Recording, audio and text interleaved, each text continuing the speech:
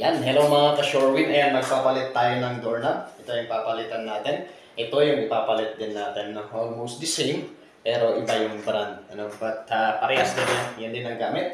Ang gagamitin nga lang natin is ito. Phillips screw. Ayan, yung may 4 na slot. And then pin. Ayan, door lock pin. Ayan, let's go. Ang tatanggalin natin, syempre, yung nandito. Yung kanyang nozzle. Ayan, yung kung saan lumalabas. Ayan, yung kanyang lock. Ayan, kung saan yung pin niya. Ito yung, no? And then, susunod natin, ito yung gamit nito. Ano? Ito yung gamit ng ating pin. Ito. So, itutusok lang natin. Meron tayong makikita sa loob nito. Meron siyang slot. Ayan, nandito. Yun, yung butas na yan. Dito siya sa inner part. No? So, meron siyang lock dito sa loob. So, ang gagawin natin, tutusok lang natin yan. Yan.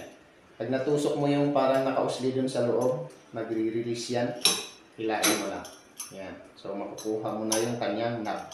Yan. So, syempre, maiiwan yung kanyang katawan. Ngayon, tricky part is, you need to check kung ito ba ay threaded or hindi. Itong plate na to. No? So, meron yung iba, threaded. Meron yung iba hindi. Ayan. So, ito is threaded. Ayan. So, natithread siya. Meron siyang, pwede siyang ikot-ikot na ganyan. So, meron siyang thread dito sa loob. So, threaded yung ating item. Sa likod nito, meron kang makikitang dalawang screw. Ayan. So, Phillips ulit yung gagamitin natin. Ikot lang natin. Ayan. Ayan. Ikot mo lang yan hanggang matanggal, no? So, ayan. Ayan. Kami makikita ko yan. So, ayan. Na? So, yan. Dalawa. Okay. Then, syempre, yan. Tulak mo. Yan. Matatanggal na yung kanyang body. Yan. So, ito na yung ating gagawin muna. Ano? Ang gagawin natin, yan. Tatanggalin natin muna itong isang ulo niya para mapasok natin dun sa hole ng ating door.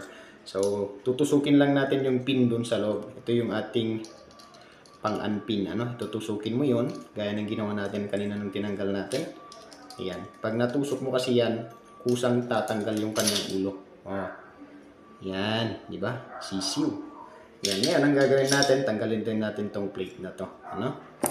Yan. So, syempre, segregate muna natin. Syempre, unahin natin ilalagay ay ito. Ano? Yung kanyang lock. Ito. Yung pumapasok dun sa door jump natin. Ano? Yung gagawin natin, papasok lang natin na ganyan. Syempre, make sure na yung kanyang hinaharap ay pa ganun, no? Yung kanyang slope na yan or yung kanyang cut na yan, no? So that pag nag-close yan, ganun, nag-slide, no? Hindi siya tumatama. Yung iba kasi baliktad kaya tumatama ito, hindi siya malaki. Okay? So ang gagawin natin, papasok natin ganyan. Silipin natin para make sure natin na mapasok siya sa tamang slot. Ayan. Yan, sunod na natin yung ating plate. Ito yung ating plate. So, iba yung ginamit kanina. Yung isa natin kanina. Ito yung threaded. Ngayon, ito naman, yung bago natin, o yung gagamitin natin, ito yung meron siyang pinipin. No? Nakalak siyang ganyan. Nakalak lang siyang ganyan. Tapos, gaganon mo lang. Yan. So, ito yung pangalawang type na binabanggit ko kanina nung tinatanggal natin. No? So, ang gagawin lang natin, make sure na nakatapat yung butas dito dun sa butas dun sa loob, no? Para madali kang mag-screw. Ayan. Yan lang. O, diba? Yan. So, isunod natin yung kanyang plate. Ayan. Make sure na yung kanyang slot dito is papasok siya sa slot dito. Ayan. So, mayroon umusli kasi dito kung saan mo ipapasok yung pin. No? So, ngayon, gagawin natin. I-align mo lang ng mabuti. And then, listen carefully. Yan. Narinig niyo yun? So, nag-lock na yung ating plate dun sa kanyang kasama, no? Yung sa kanyang partner. Yan. So, syempre, lastly, yung kanyang knob. Yan. Ngayon, sa kanyang knob naman, ang gagawin natin, hanapin mo kung nasaan yung tinutusok mo na yun. Yung dito, no? Meron kang tinutusok dito para mabuksan. Dun mo siya itatapat. Okay? Tatapat mo tong slot na to.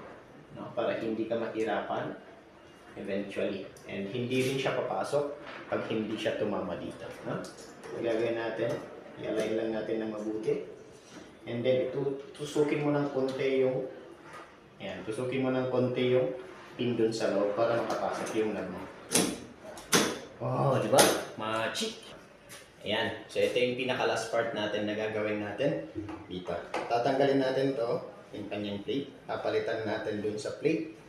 Yung dapat na plate ay partner ng ating doorknob, no? So, bago siya. So, syempre, baguhin na rin natin yung kanyang plate sa ating door job, no? Ang door job is ito, no? Ayan. Papasok lang natin na ganun.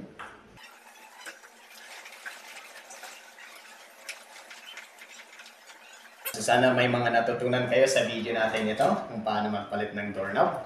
Ayan, and just 2 tools na kailangan natin. Ayan, so maraming salamat po sa inyong lahat. Paalam mga ka-Shorin. Hanggang sa muli.